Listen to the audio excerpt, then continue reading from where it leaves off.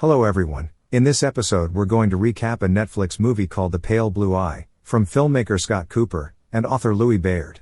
This dark, gritty mystery thriller took place in the year 1830s. Spoiler ahead, Mr. Landor, a former constable and known to be a legend, is in the river bank washing his hands, when a group of officers visits him and inform that the superintendent needs his presence. In the academy, one of the cadet named Leroy Fry hanged himself, and his body was violated by carving his heart out. In the morgue he meets Dr. Marquis, an expert of post-mortem examination.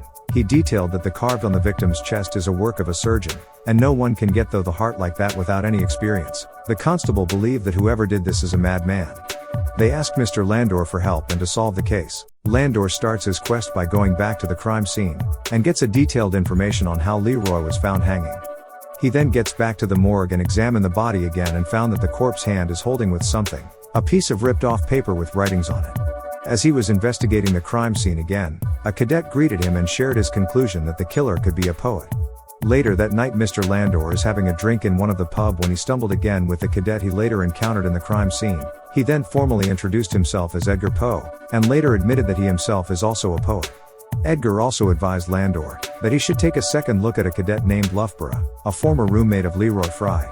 Later in the morning he was summoned and was interrogated, but dismissed, even though he and Leroy Fry had a fallout once. It happens a very long time ago, and the motive is not that strong to do such barbaric act.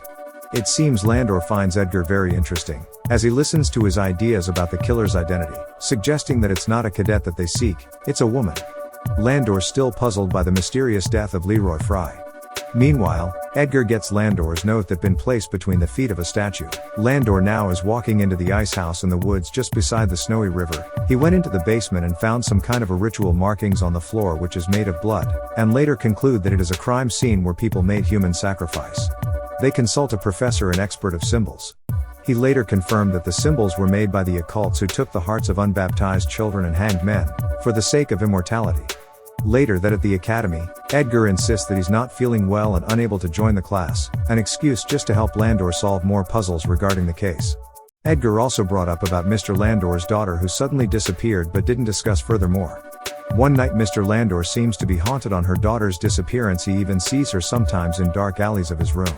In the morning it's Leroy's funeral. There he meets Dr. Marquis' wife Julia. In the evening Edgar was invited into Marquis' residence as his fellow cadet Mr. Artemus. Marquis happens to be the son of Dr. Marquis.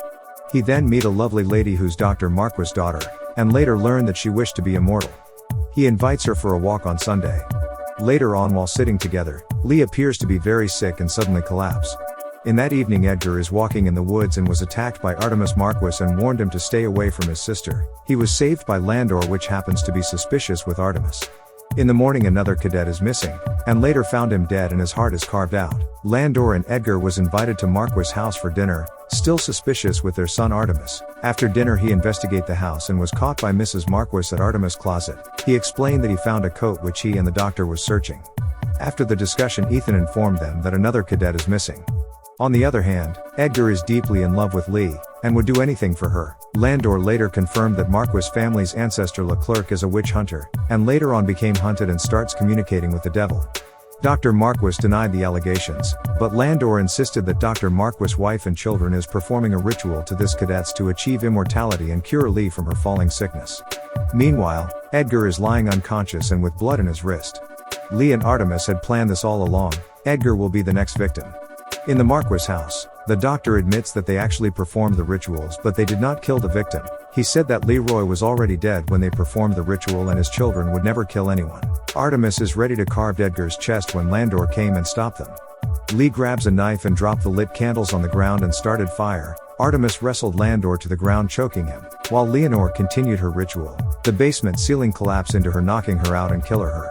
Landor then saved Edgar and Mrs. Marquis from fire, while Artemus still with his sister. The fire completely consumes the ceiling and collapse, killing Artemus as well. The case is now considered close and once again, thanks to the great constable Landor. Few days after Edgar already recovered with his injuries and decided to visit Landor, not to celebrate but to confront him of what he discovered. The ripped letter found in Leroy's hands, the characters in it was identical on a note that he left earlier to Edgar. He also later discovered what really happens to Landor's daughter. Returning home from the academy ball, she was raped, left for dead by the three cadets. But Maddie survived and still managed to get home.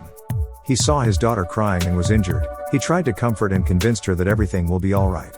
One day Maddie run into the woods. He tried to chase her. In the cliff, she turned around and see her father is worried. Landor begged her to come back crying. She just smiled and said I love you before jumping off. Edgar asked Landor why he did not tell him the truth. He would have comforted him and helped him. But Landor said that it's not a good story to tell.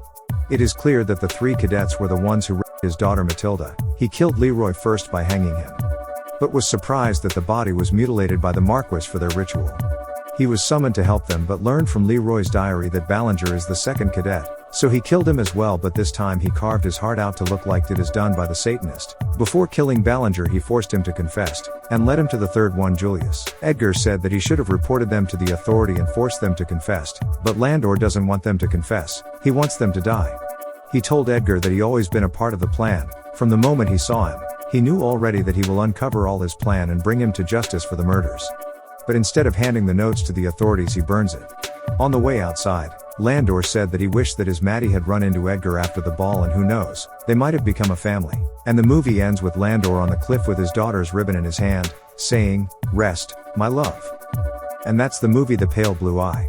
I hope you enjoyed this episode. If you like this video, please leave a like and subscribe. Thanks for watching.